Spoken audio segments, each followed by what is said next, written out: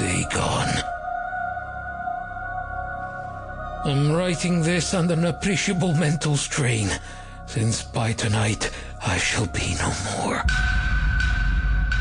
Penniless, and at the end of my supply of the drug which alone makes my life endurable, I can bear the torture no longer, and I shall cast myself from this garret window into the squalid street below. Do not think from my slavery to morphine that I am a weakling or a degenerate. When you have read these hastily scrawled pages, you may guess, though never fully realize, why it is that I must have forgetfulness or death.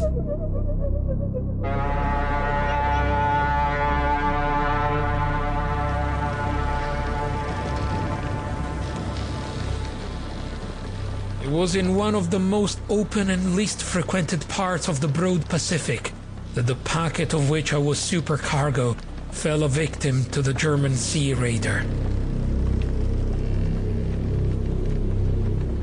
The Great War was then at its very beginning, and the ocean forces of the Hun had not completely sunk to their later degradation. So that our vessel was made a legitimate prize, whilst we of our crew were treated with all the fairness and consideration due us as naval prisoners. So liberal indeed was the discipline of our captors that 5 days after we were taken, I managed to escape alone in a small boat with water and provisions for a good length of time.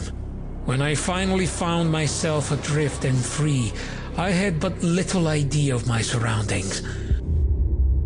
Never a competent navigator, I could only guess vaguely by the sun and stars that I was somewhat south of the equator.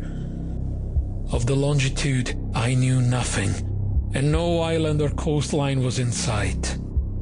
The weather kept fair, and for uncounted days I drifted aimlessly beneath the scorching sun, waiting either for some passing ship or to be cast on the shores of some habitable land. But neither ship nor land appeared, and I began to despair in my solitude upon the heaving vastness of unbroken blue. The change happened whilst I slept.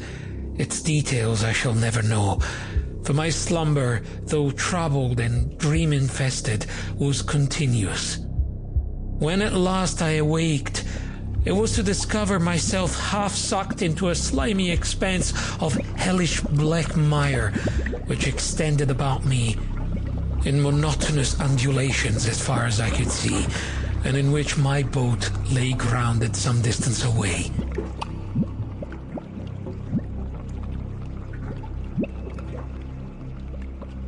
Though one might well imagine that my first sensation would be of wonder at so prodigious and unexpected a transformation of scenery, I was in reality more horrified than astonished. For there was in the air and in the rotting soil a sinister quality which chilled me to the very core. The region was putrid with the carcasses of decaying fish and of other less describable things which I saw protruding from the nasty mud of the unending plain. Perhaps I should not hope to convey in mere words the unutterable hideousness that can dwell in absolute silence and barren immensity. There was nothing within hearing, and nothing in sight save a vast reach of black slime. Yet the very completeness of the stillness and homogeneity of the landscape oppressed me with a nauseating fear.